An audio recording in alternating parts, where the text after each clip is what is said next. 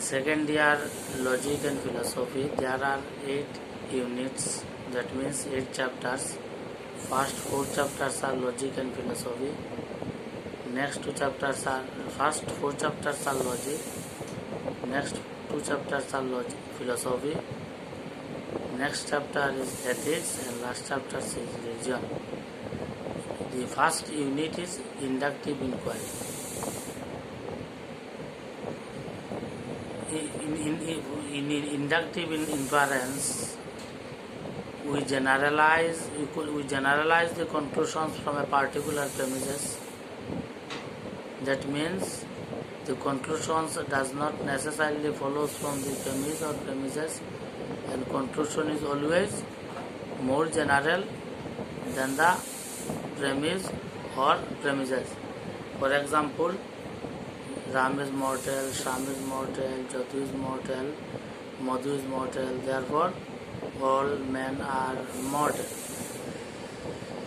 So, but in deductive inference, the conclusions necessarily follows from the premise or premises, and conclusions never more general than the premise or premises. For example, all men are mortal, Ram is man, therefore Ram is mortal. So, deductive inference in the first year syllabus and inductive inference in the second year syllabus. Inductive inference is divided into 2 types: inductions proper and inductions improperly so called. Induction propers, in inductions proper there is inductive leap, and whereas an induction improperly so called there is no inductive leap. Now the question arises, what is inductive leap? In inductive leap, we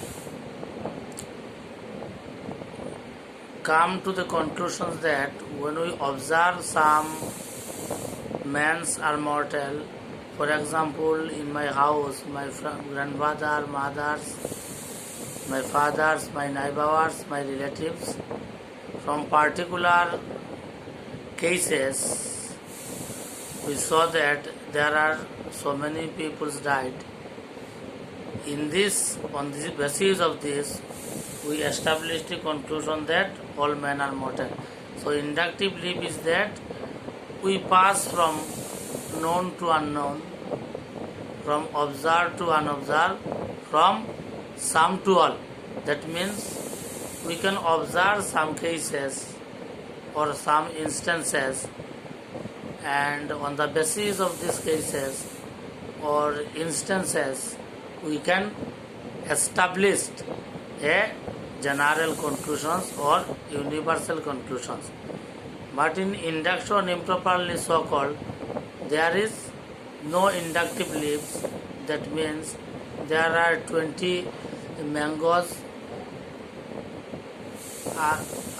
There are 20 mangoes in the baskets, and after we observing all the mangoes, that all these mangoes one by one, and we draw the conclusion that all the mangoes are ripe.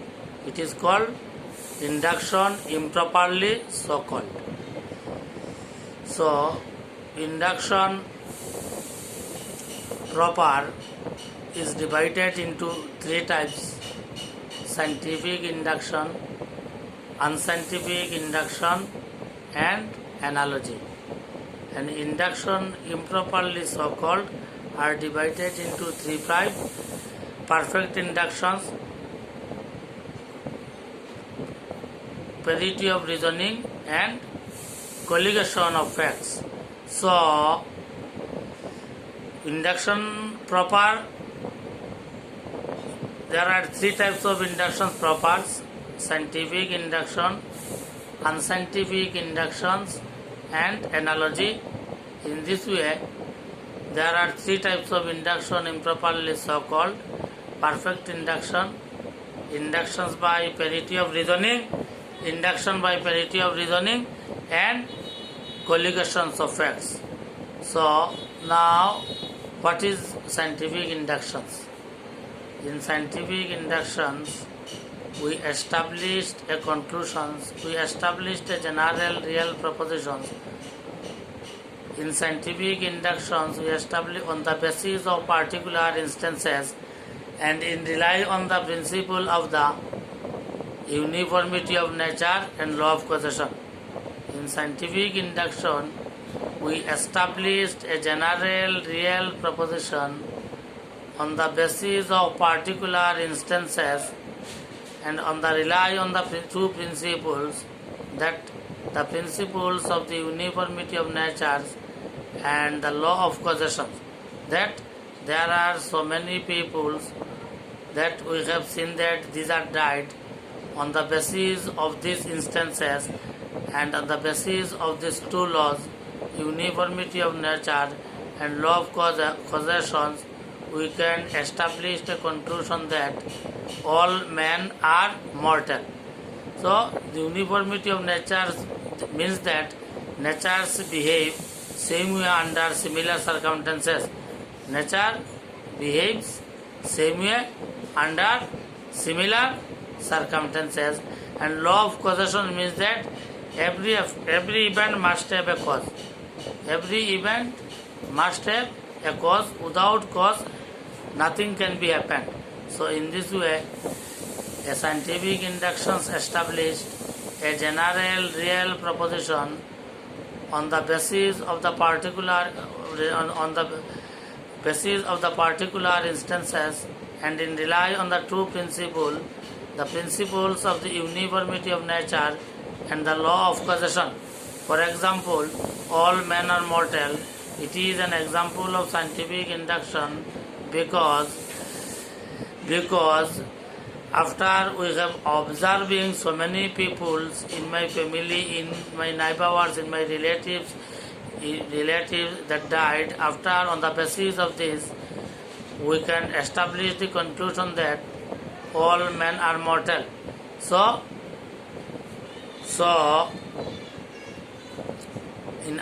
scientific induction established a general real proposition, and there are two basic principles need in the scientific induction. One is called uniformity of nature and another is called law of causation. So law of causation in scientific inductions, the conclusions of scientific induction is certain because its conclusion is established on the basis of the law of causation. Unscientific induction established a general real proposition on the basis of the mere uniform or uncontradicted experience without any attempt to establish a causal connection. Unscientific induction established a general real proposition on the basis of particular instances and on the rely on the principles of the uniformity of nature or mere uncontradicted experience. For example, all crows are black. These are the example of it is an example of unscientific induction because I have seen the crows in my Karimganj, in Silchar, Guwahati or other else that these are black. There is no contradiction in my experience when I have seen the crow in Karimganj or I have seen the crow in Guwahati. Experience is same. That means the crows of Karimganj is black, the crows of Guwahati is black. Our experience is not contradict, mere uniform.